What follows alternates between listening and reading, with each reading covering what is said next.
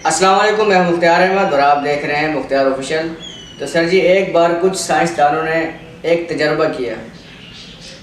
तजर्बा कुछ इस तरह का था कि उन्होंने एक पिंजरे में 5 बंदर को छोड़ दिया और उस पिंजरे में एक सीढ़ी लगाई और ऊपर केले का एक गुच्छा जो है बांध दिया। तो जब उनको छोड़ा तो एक बंदर सीढ़ी पे चढ़ा केलों को हासिल करने के लिए।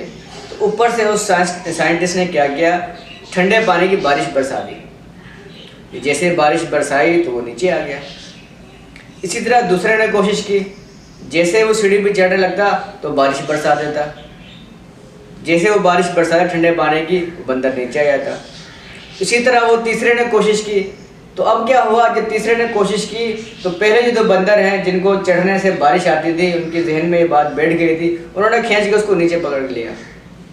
इसी तरह चौथे ने कोशिश की तो 3 ने पकड़ के उसको मारा पकड़ गया कि भाई तू किधर चढ़ रहा है, चढ़ते हुए बारिश ठंडे पानी की बारिश आती है तो उसके ऊपर ना चढ़। तो इसी तरह 5 ने ट्राई किया और उनको समझ में आ गए कि यहाँ चढ़ने से जो ठंडे पानी की बारिश होती है।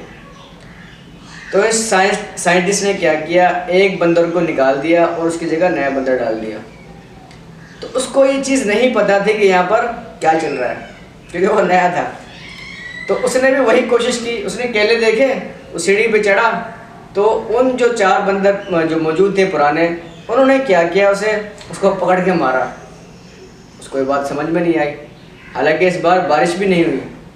तो उसने फिर दोबारा कोशिश की, दोबारा वो चढ़ने लगा, फिर उन 4 बंदरों ने पकड़ा, उसको मारा। उसको भी समझ में आ गई कि सीढ़ी पे चढ़ने से जो है मार पड़ती है। हालांकि बारिश से नहीं, उनके जहन में बारिश थी, अब इसके जहन में सीढ़ी आ गई। तो बहरहाल उसने क्या किया, इसी तरह एक बंदर और चेंज कर दिया।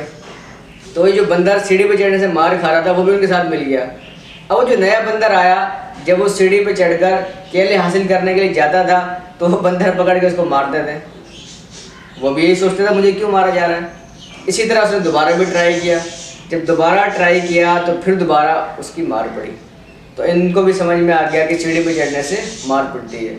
इसी तरह उसने एक एक करके सारे बंदर चेंज कर दिए, तब्दील कर दिए।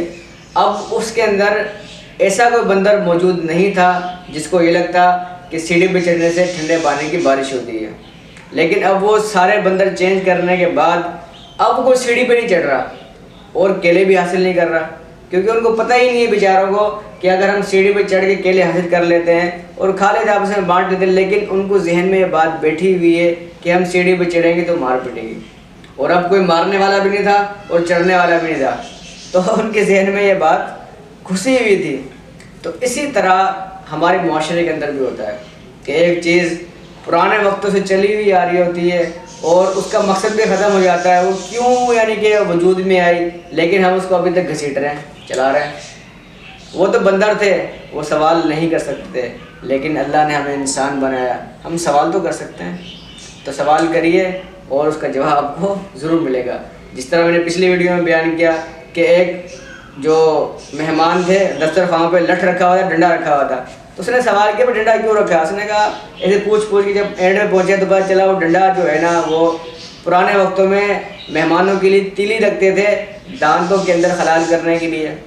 इसी तरह काफ़ी रस्में शादियों के अंदर चल रही हैं, मैयतों में चल रही हैं, आस पास माहौल में। मैं क्या आपको बताऊं, आप लोगों को खुद मालूम है। तो वो सवाल करें भाई क्यों है, क्या मुसीबत है, दफ़ा करो, उसको ख़त्म करो। आज के लिए इतना, फिर किसी और कहानी के साथ आपकी खिदमत में हाजिर होंगे। जब तक के लिए अल्लाह हाफ़िज़। अस्सलाम वालेकुम व रहमतुल्लाहि।